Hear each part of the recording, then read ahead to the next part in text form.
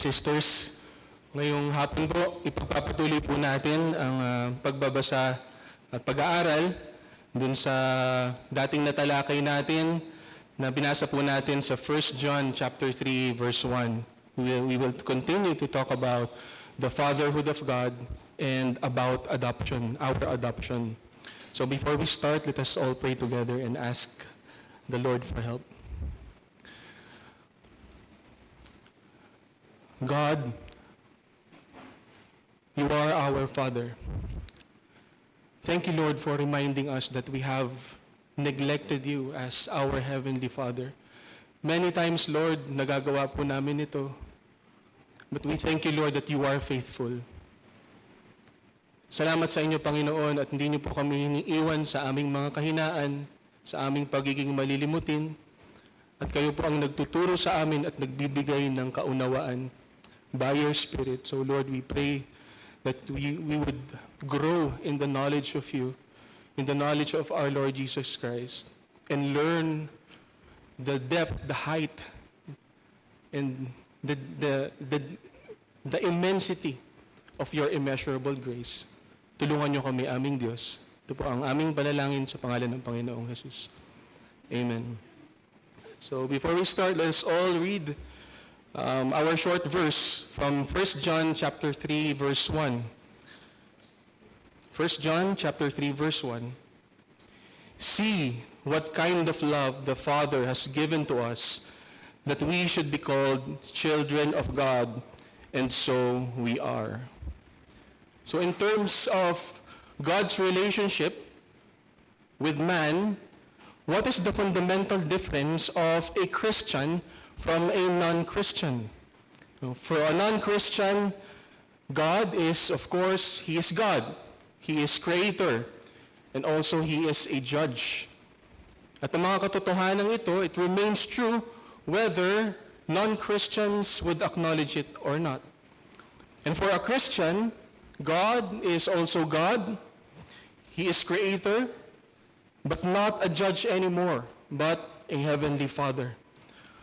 Although there is this big difference between Christians and non-Christians, we should consider and remember that in the beginning of the Christian life, God was not a father to him. He was actually called, according to the scripture, called a child of wrath, or a son of disobedience. We know this, and we can read it in Ephesians chapter 2. But at the right time, while they were sinners, Christ died for them, for the ungodly, in order that they may be reconciled to God through justification by the blood of our Lord Jesus Christ. Because of God's great mercy, that sinner was saved by grace through faith in Christ alone. And as soon as he is justified, the God who was his judge became his father. John chapter 1, sa verse 12 to 13, ang sabi po, but to all who did receive him, who believed in his name, he gave the right to become children of God, who were born not of blood, nor of the will of the flesh, nor of the will of man, but of God. Take note of that the becoming children of God, a child of God, is a right given by God. So Christians only became God's children because of His great love, mercy, and grace. So there should be no boasting. So ang pagmamalaki, pagmamataas sa harap ng ibang tao at sa harap ng Panginoon ay walang lugar para sa kahit na sinong Kristiyano. Another one, we only became God's children only because of our Lord Jesus Christ. Without our Lord Jesus Christ becoming flesh and dying for sinners, no one can call upon God as Father and be heard. There are people who calls upon God as Father, But God does not hear them because they are not looking at the Son. They are not justified. They are filthy. They are still filthy with their sins. Their sins were not washed. They were still not forgiven. So we should see also that being a child of God is a privilege, a right only given, and the price is the blood of the only begotten Son of our Father in heaven.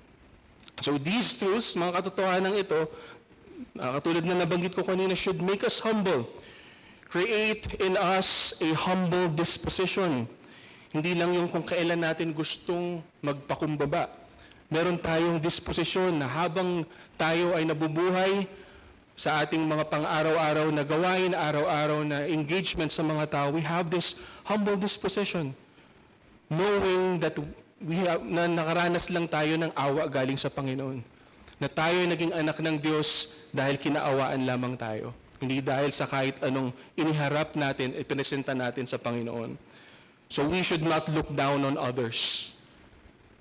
We should not look down sa kahit anong pagkakataon sa ating mga kapatid or even to unbelievers.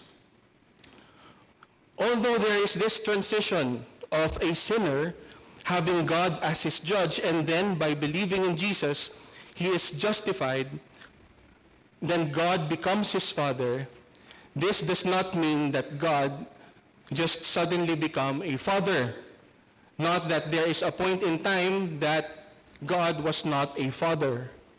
Our God is a father from the beginning.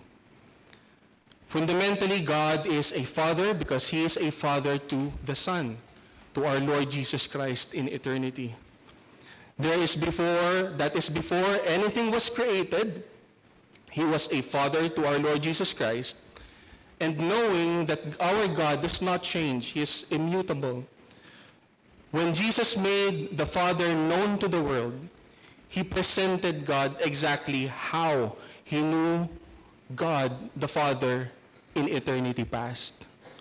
So 1 John chapter 8, ang sabi po, no one has ever seen, sa John chapter 1 verse 18, no one has ever seen God, the only God who is at the Father's side. He has made him known. He is a holy and righteous God who is full of compassion and love. And our Lord Jesus Christ has been experiencing that love and enjoying it even before the creation of anything. When in the beginning, there was only God. In eternity, the Son experiences the Father's perfect love, and he reciprocates his Father's love perfectly. There's this perfect relationship between them within the family of God. This love is perfect. Pero yung word na perfect is only used connoting that there's no flaw. Walang mali. It is according to the standard.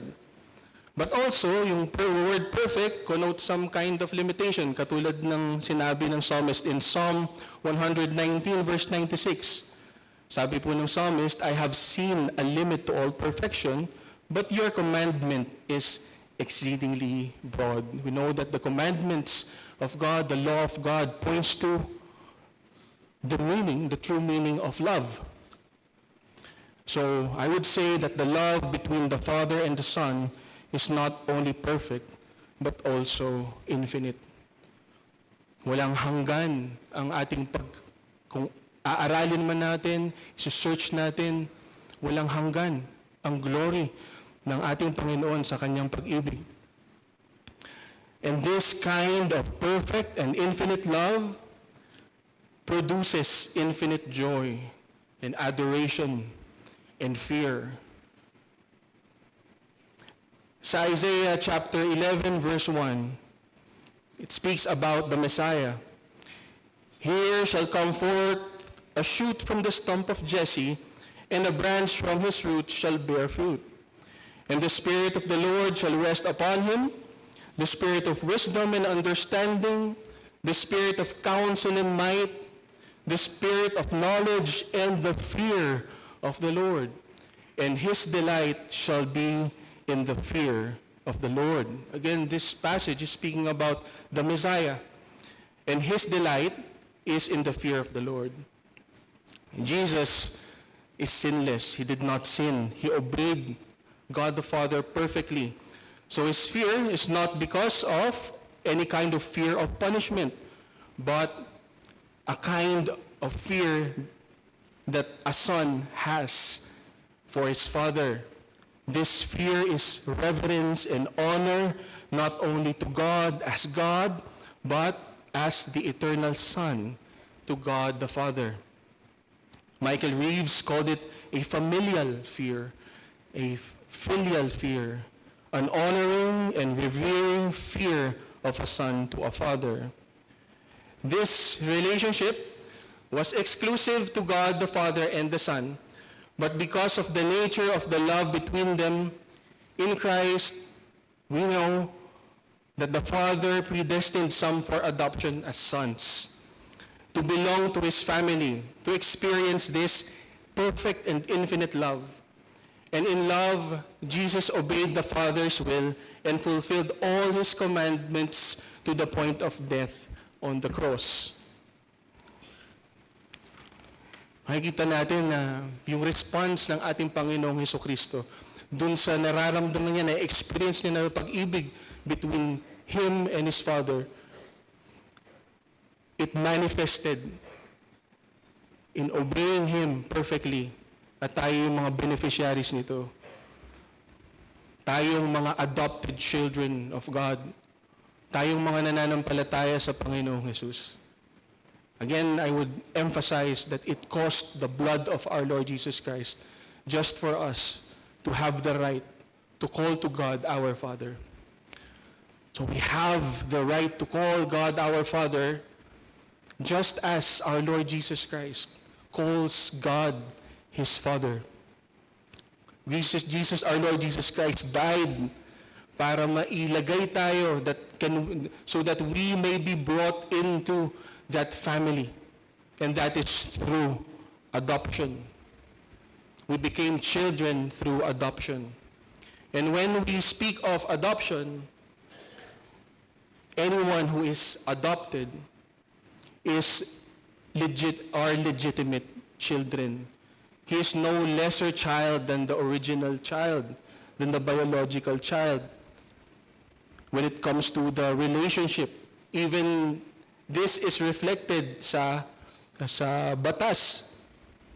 Dito po sa Republic Act number 8552. Ang pangalan po nito ay Domestic Adoption Act of 1998, Article 5, Section 17. Speaking of legitimacy, the adoptee shall be considered the legitimate son or daughter of the adopters for all intents and purposes, and as such is entitled to all the rights and obligations provided by law to legitimate sons or daughters born to them without discrimination of any kind. To this end, the adoptee is entitled to love, guidance, and support in keeping with the means of the family. This is also our standing in the eyes of our Heavenly Father. We are different from our Lord Jesus Christ. Hindi tayo bugtong na anak. We are not begotten children. Only our Lord Jesus Christ is the begotten Son. But when it comes to relationship, we are no less than a child than our Lord Jesus Christ as Son.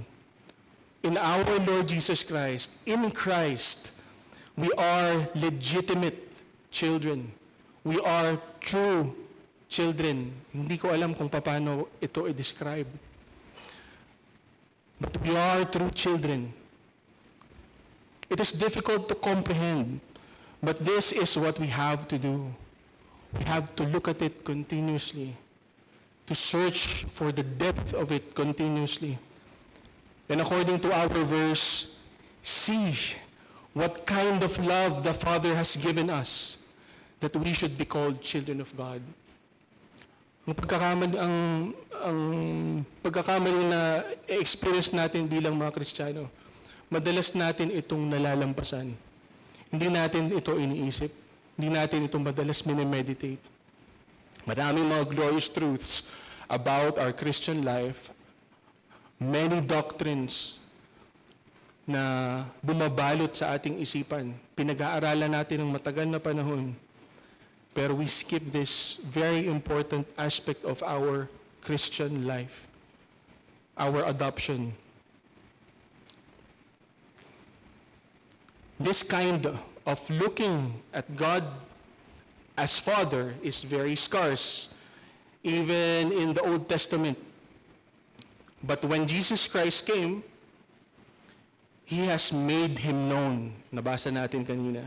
Ipinakilala ng Panginoong Jesucristo ang Ama. He came to this world in the flesh to exegete the Father. According to Sinclair Ferguson, as soon as the first book in the New Testament, there has been an explosion of references of Jesus and the apostles addressing God as Father. Apostle Paul, sabi niya po sa Romans 8, verse 15 to 17, "For you did not receive the spirit of slavery to fall back into fear, but you have received the spirit of adoption as sons, by whom we cry, Abba, Father.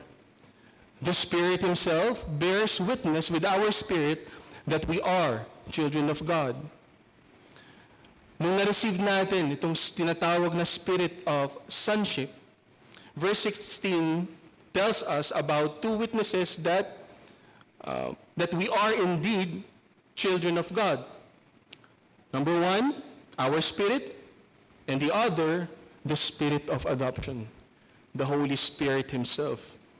In other verses, the spirit of Christ. So because of these testimonies, because of these witness, we are bold to draw near to the throne of grace of God, to the throne of grace of God, who is not distant and indifferent, but as a Father. You see, brethren, ito yung ginagawa ng kaaway.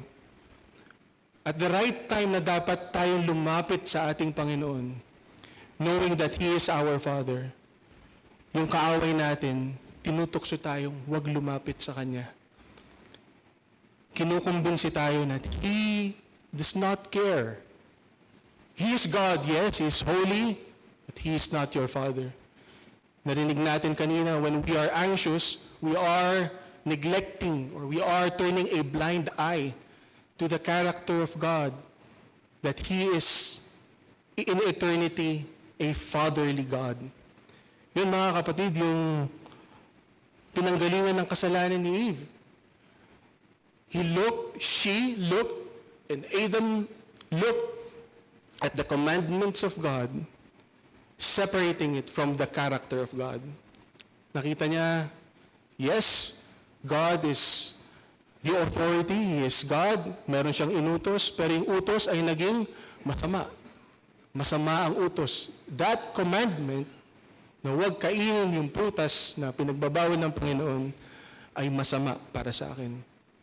Dahil hindi niya nakita na yung utos ng Panginoon na yun, ng kanyang Ama, ay mabuti para sa kanya.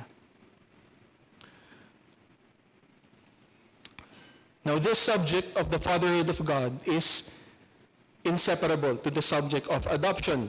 Usually, pag binabasa natin ito, there are words na nagko-connote ng language that belongs to one family. But usually, the fatherhood of God and adoption is not often talked about, especially in our tradition, in our circle, not necessarily within our local church. We usually hear about justification, sanctification, obedience, holiness, mortification of sin, regulative principle, church discipline, All these things are very important in our walk with God, in our Christian life. But these should be seen in the light of the glory of Christ. Without Christ, lahat ng ito ay moralism lamang, legalism lamang. We should see all of these in the light of the gospel, in the light of who our Lord Jesus Christ is, in the light of beholding His glory. Also in John chapter 1 verse 14, ang sabi po about the glory of Jesus. And the Word became flesh and dwelt among us, and we have seen His glory, glory as of the only Son from the Father, full of grace and truth. When Jesus became man, He presented Himself in glory, not just as Lord, as God, not just as Messiah, but the only Son from the Father. Hindi dapat natin ito nilalampasan. His relationship, His loving relationship na nag-exist in eternity with God the Father. We should ask ourselves if this is important, na kung kamahalaga ito sa pagtingin natin sa kaluwalhatian ng Panginoong Jesucristo, kailan yung huling time, yung huling beses na meditate natin itong mga katotohanan ito? When was the last time that we are thinking about it so much and our hearts burn and we are driven to worship and praise God? Because our Savior, our Messiah, is a Son to the Father. The sad thing is that we do not usually do these things. We neglect it. Maraming mga kadahilanan. We are not trained to do this. We are not exhorted much to do this. We are not diligent enough to do this. We don't like it enough to do this. And the sad thing is, it affects our disposition of being grateful to God, thankful to God as adopted children. We may be thankful for our provisions and many things. But when was the last time that we thank God because I am your child? What a privilege, what kind of love the Father has given us to be called children of God.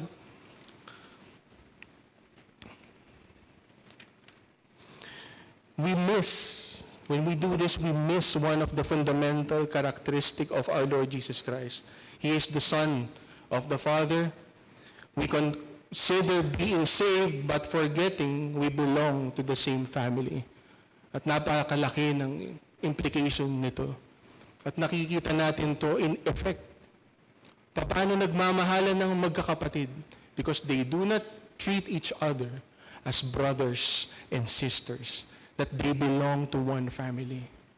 You see, brethren, sa ating pamilya, there is this nature na kung magkakamag-anak tayo, hindi tayo dapat mag-away-away. It is an anomaly sa isang tahanan na nagsisigawan. Alam natin ito.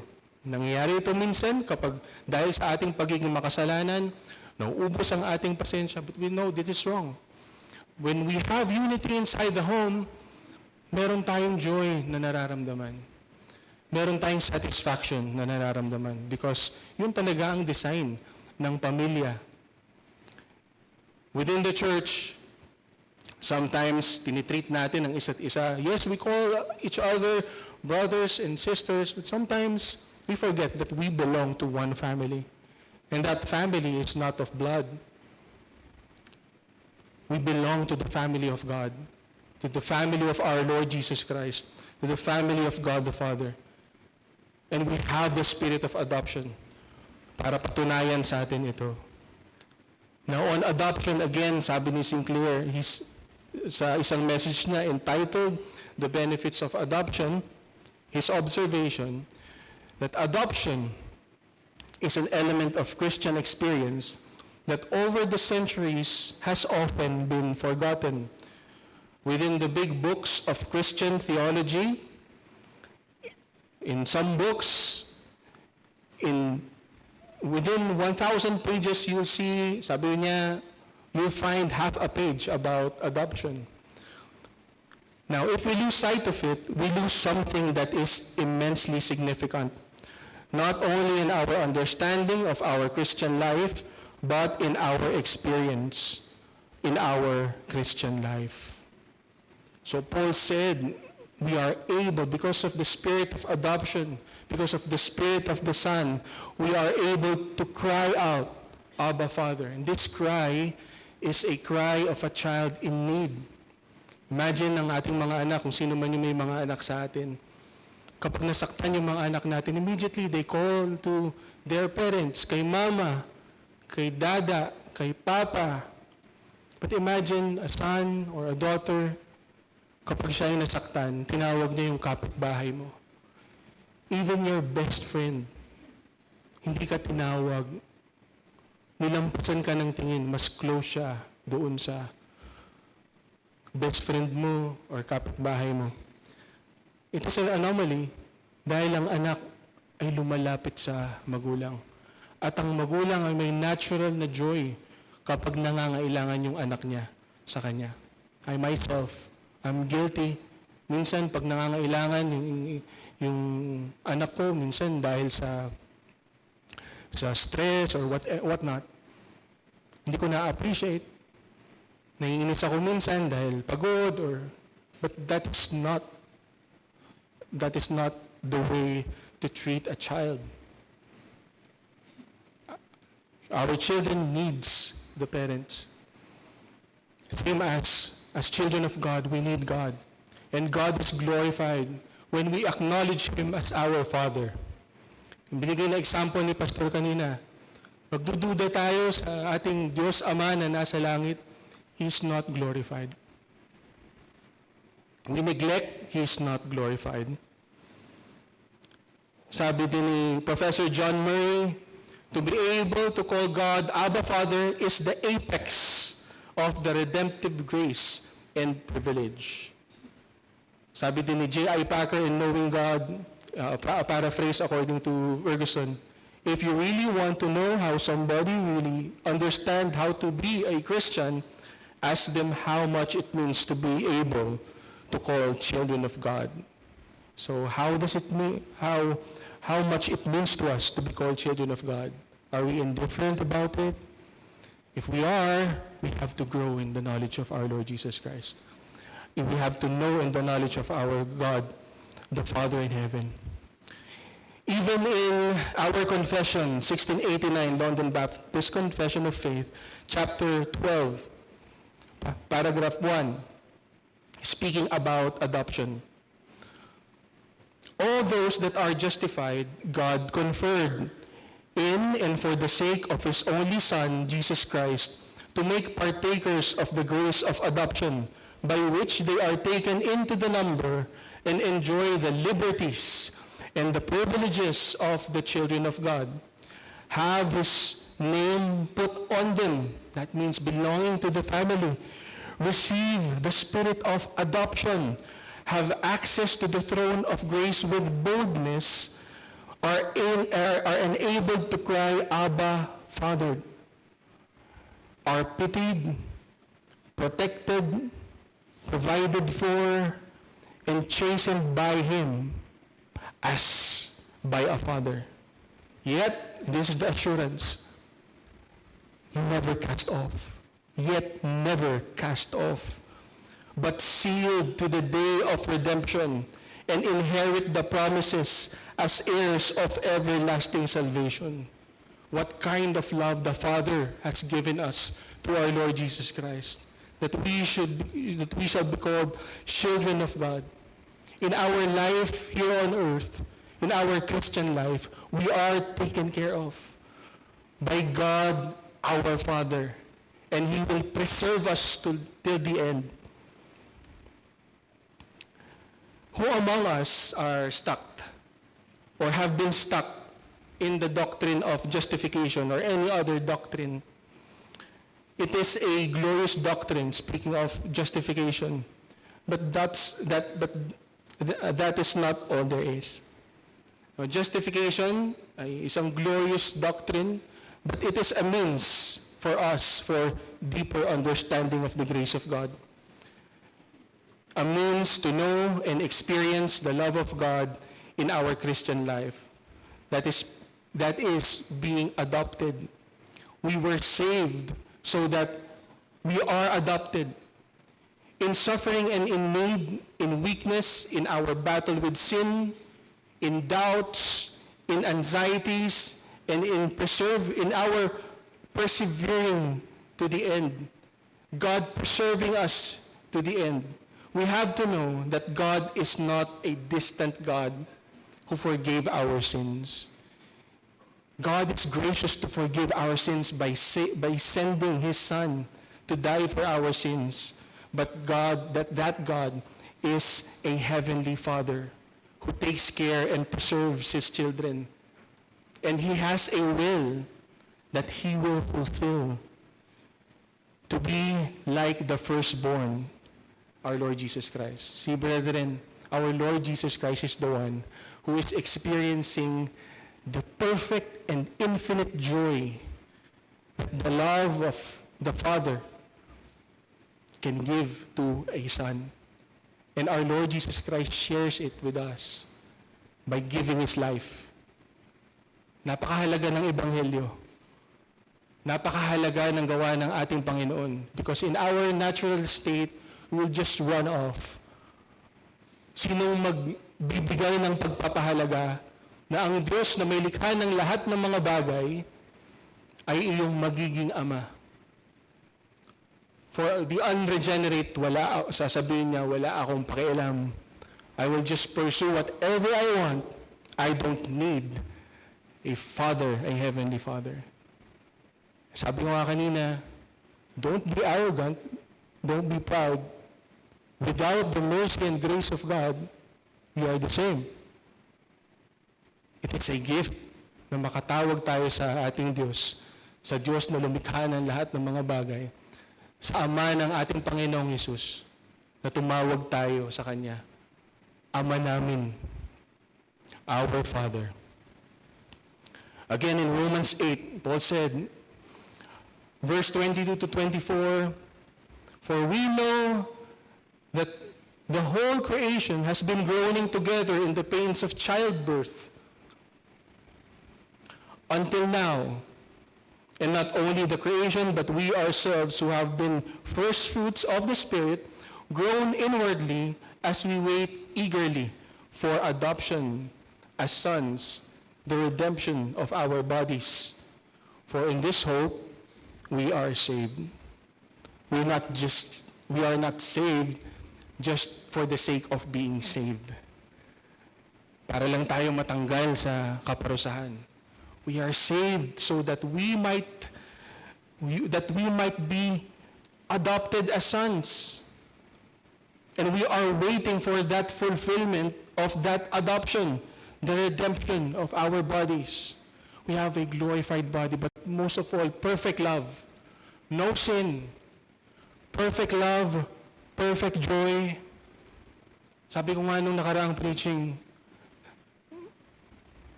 ito sa mga pinaka matinding struggle ng isang Kristiyano, yung kanyang battle with sin. Pwede kang magkasakit, merong mga anxieties, may gera or whatnot, any disaster, or any problem, or any hardship na maranasan mo, you still struggle with sin. We don't want to doubt our Heavenly Father, but we still do. Praise be to God that we can, as children of God, we can draw near to the throne of grace of our Heavenly Father. At this point, may mga list of verses akong babasahin na nakalagay din ito. Hindi ko nilang nilahat, pero nakasulat po ito dun sa 1689 London Baptist Confession of Faith. These are biblical references. And when we read these verses, sometimes, and I must admit to, nalalampasan ko yung adoption part. We skip. We tend to focus on one aspect of our Christian life, but being member of the family of God, we skip. And we do not give much attention, or we do not give much appreciation. And my prayer and my hope na kapag binasa natin ito, sana meron tayong intentional na engagement to appreciate what kind of love the Father has given us. We hope that the spirit of adoption would again witness with our spirit and give us understanding to see the value of our adoption and how undeserving we are to be adopted. You can read with me Ephesians 1, chapter 5. Ephesians 1, chapter 5. He predestined us for adoption to himself as sons through Jesus Christ, according to the purpose of his will. Before anything else, God chose. It is by grace. Galatians chapter 4, verse 4 to 5. But when the fullness of time had come, God sent forth his Son, born of a woman, born under the law, to redeem those who were under the law, so that we might receive adoption as sons. And because you are sons, God has sent the Spirit of his Son into our hearts, crying, Abba, Father. He became flesh so that we may be adopted as sons, as children of God. And we have boldness to call for help. Abba, Father. John 1, verse 12.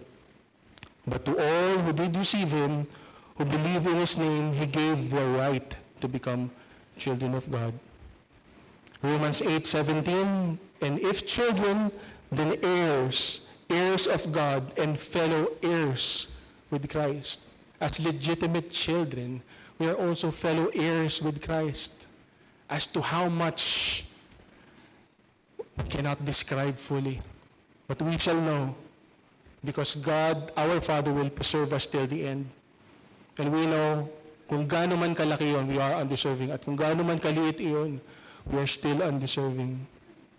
Provided we suffer with him in order that we may also be glorified with him. There's this meaning of suffering for our glorification.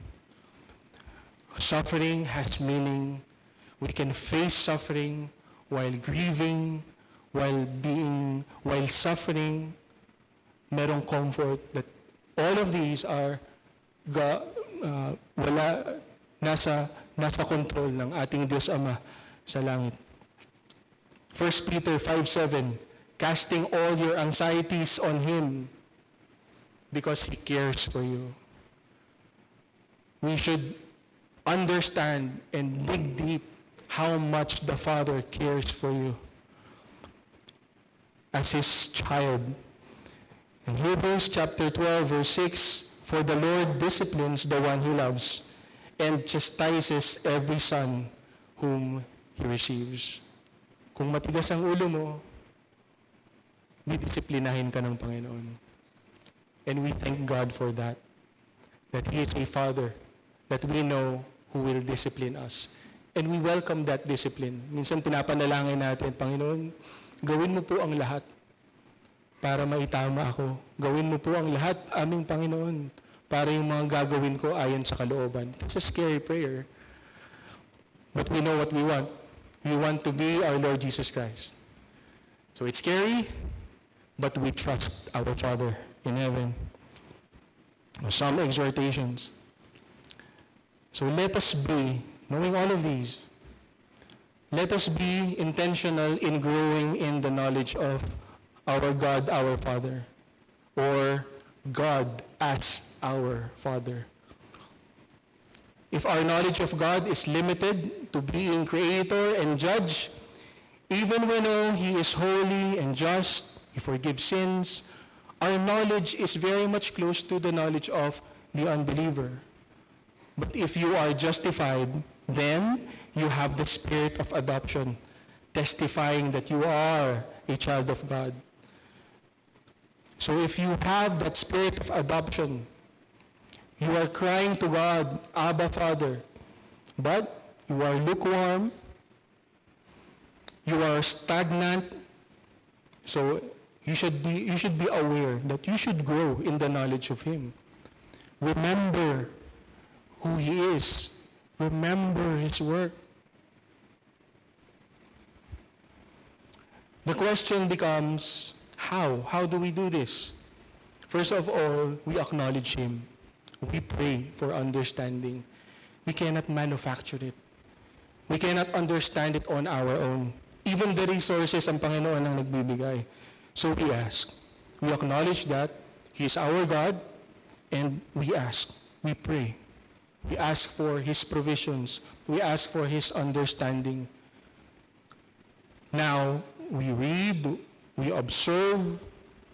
When we read the Bible, we observe what is happening within the stories, the narratives, the instructions in the Scripture. We listen.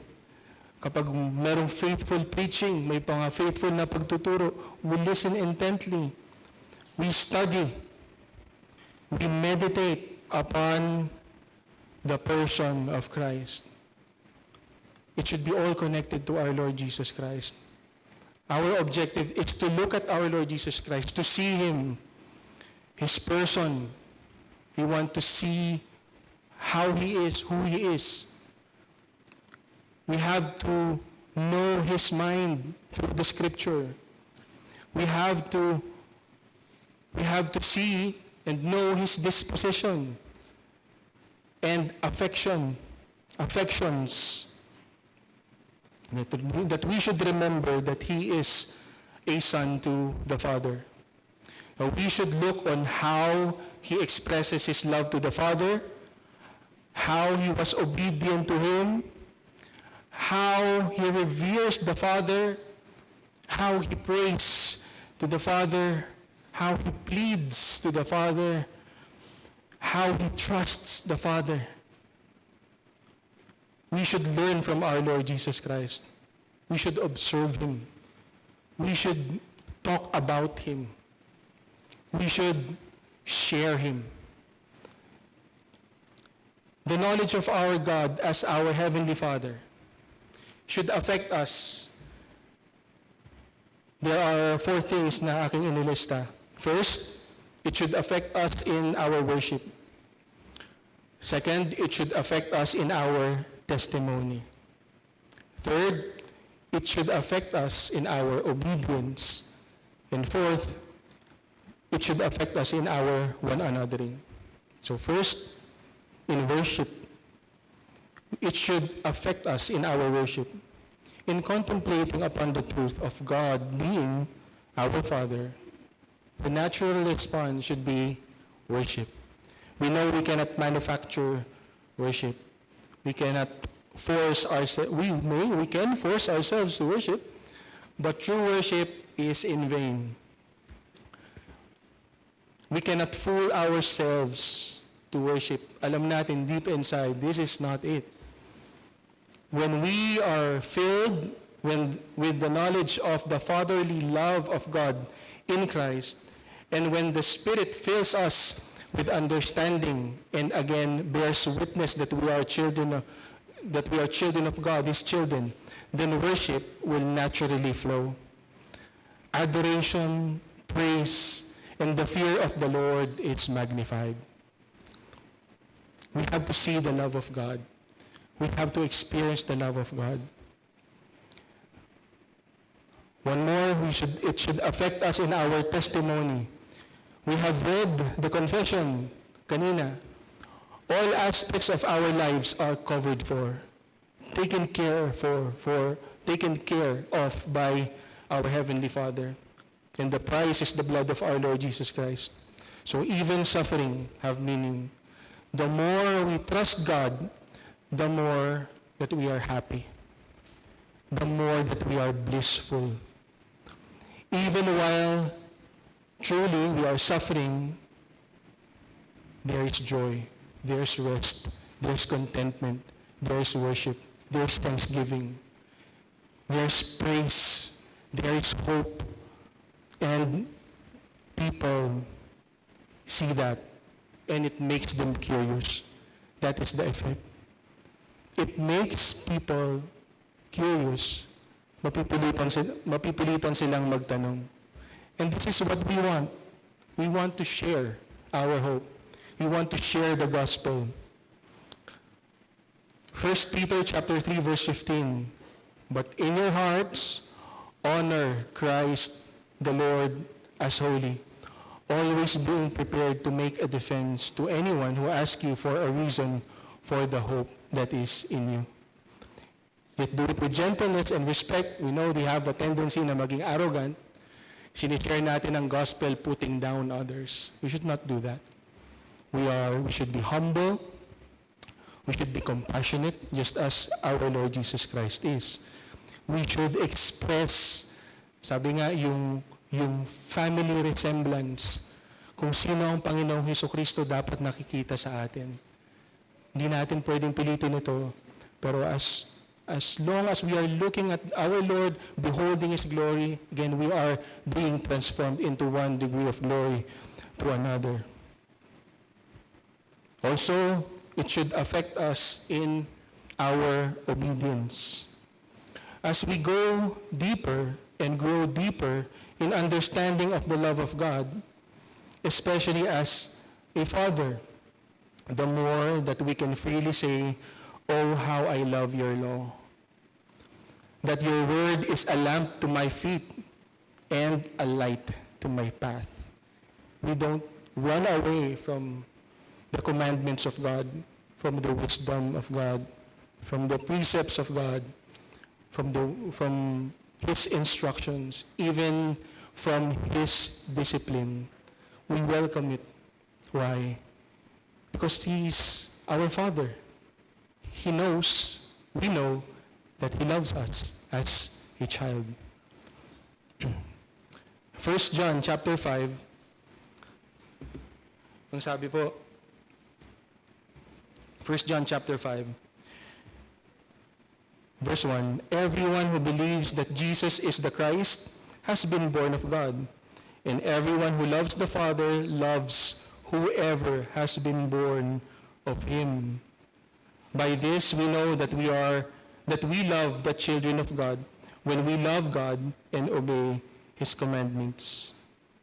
For this is the love of God, that we keep His commandments. You see the harmony of loving the brothers and sisters, loving the brethren, the harmony of it in obedience to the Father, seeing the love of God and expressing the love of God.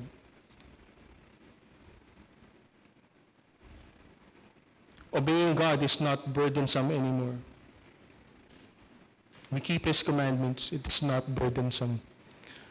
And one more thing, it should affect us in our one anothering.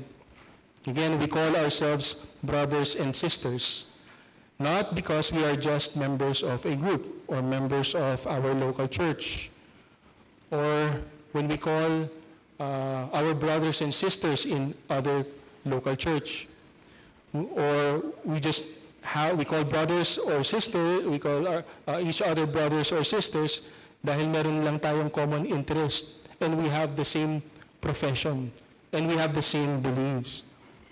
As soon as we were born again and justified, we were brought into the family of God, within the relationship of the Father and the Son.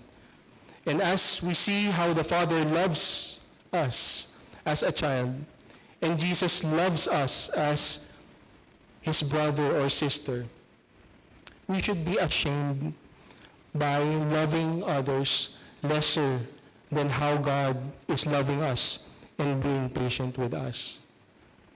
Hindi pa nga loving less eh. Minsan nababad trip pa tayo. Minsan naiinis pa tayo. Pero kapag titignan mo whether it is valid or not, we should treat each other as our Lord Jesus Christ has treated us, loving us. He loves us so much na nagbilin siya, love one another as I have loved you. Sabi ko nga, bilang magulang, bago ako pumunta sa office, anak, huwag kayong mag-aaway, magmahalan kayo. Kapag umuwi ako at masaya sila, naglalaro sila, masaya ang tatay, masaya din si mama. Pero pag nag-aaway sila, malungkot si tatay, I have to discipline them. Pag nagkabati sila, masaya ang magulang, masaya yung mga anak. We belong to one family, brothers and sisters. And this, I think, is something na hindi natin nane-neglect talaga. Kaya nagkakaaway-away. Kaya we are mistreating each other in general. Churches against churches, leaders against leaders. We are brothers and sisters. We are brethren.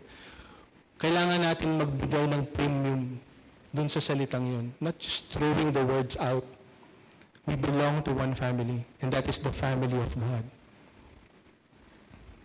I firmly believe that as we see more of the love of God for us, we are transformed by this perfect and infinite love, this familial love, this filial love. We emulate that love. Sa kagandahan ng pag-ibig na yon, we want to emulate that love, for it brings joy. Not just to receive that love from God, but also to express it, to give it to others. Ang design sa atin, mga kapatid, if we receive something good, we want to share it with others. And that something good, eternally good, perfectly and infinitely good, is the love of our God. And as we do so, receiving the love of God, being thankful for that love, expressing that love as our Lord Jesus Christ has expressed it to God and to us, we glorify God in the process. That is my message today. That is the Lord's message today for me. And I hope na mas magkaroon pa tayo ng appreciation dun sa fact, dun sa katotohanan na we belong to one family. Sa aming mga bisita, maybe you profess to be a child of God, that God is your Father. Or maybe you're not professing. You have to make sure. You have to make sure. Huwag nating baliwalain. People can freely claim that they are children of God. Sinasabi natin ito, nakikita natin, sabi ng Panginoong Yesus, pag ikaw nanalangin, sabihin mo, Ama namin. Marami sa atin nagsasalita ng Ama namin. But just like the Lord Jesus Christ, on that day, many will come to Him and say, Lord, Lord. And He will say to them, I never knew you, you workers of iniquities. Same as, we will come to God the Father, you are my Father, Ama ko, anak mo ako. But if you're not looking at the Son, if you are still trusting in your ways, if you are still in your sin, you are still children of wrath. And I'm sorry to say that. And it pains our hearts to say it. Minsan may mga nagagalit, minsan may mga nagtatampo. I ask, just look at what God says. Hindi naman niya ito ipinagkakait. Come to Him. Come to our Lord Jesus Christ. Believe in Him. He is sufficient. And the spirit of adoption will be given to you, and you can call to God, Father, Abba Father. Gusto namin ma-experience niyon kasama namin. Let us pray.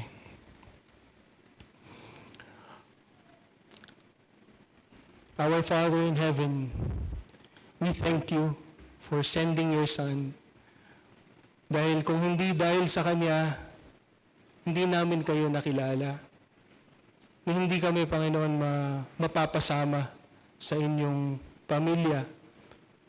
Hindi kami makakatawag sa iyo bilang Ama. Na sa oras ng pangangailangan, kami matatakot na lumapit sa iyo dahil kami makasalanan. Pero salamat na lamang aming Diyos na binibigay mo din sa amin ang banal na Espiritu upang confirm sa amin that we are indeed children of God. And we thank you, Lord, na hindi lang po ito basta aming pakiramdam or hinuhulaan lang namin. It is testified by your truth in your word. So how we love your word. How we love your instructions. How we love your law. So just as your message sa aming church, Panginoon, help us, Lord, to glorify you in our lives. Help us to trust you more. Help us to be obedient. Help us to live our lives according to your will and glorifying you in the process. Help us, Lord, to see your glory. Help us, Lord, to see the radiance of your glory in our Lord Jesus Christ and be transformed to His image from one degree of glory to another. And Lord, we pray that our loved ones in this room and to whomever na makakaabot itong message na to, we pray for their salvation. Have mercy on them. We pray all of these things in the name of our Lord Jesus Christ. Amen.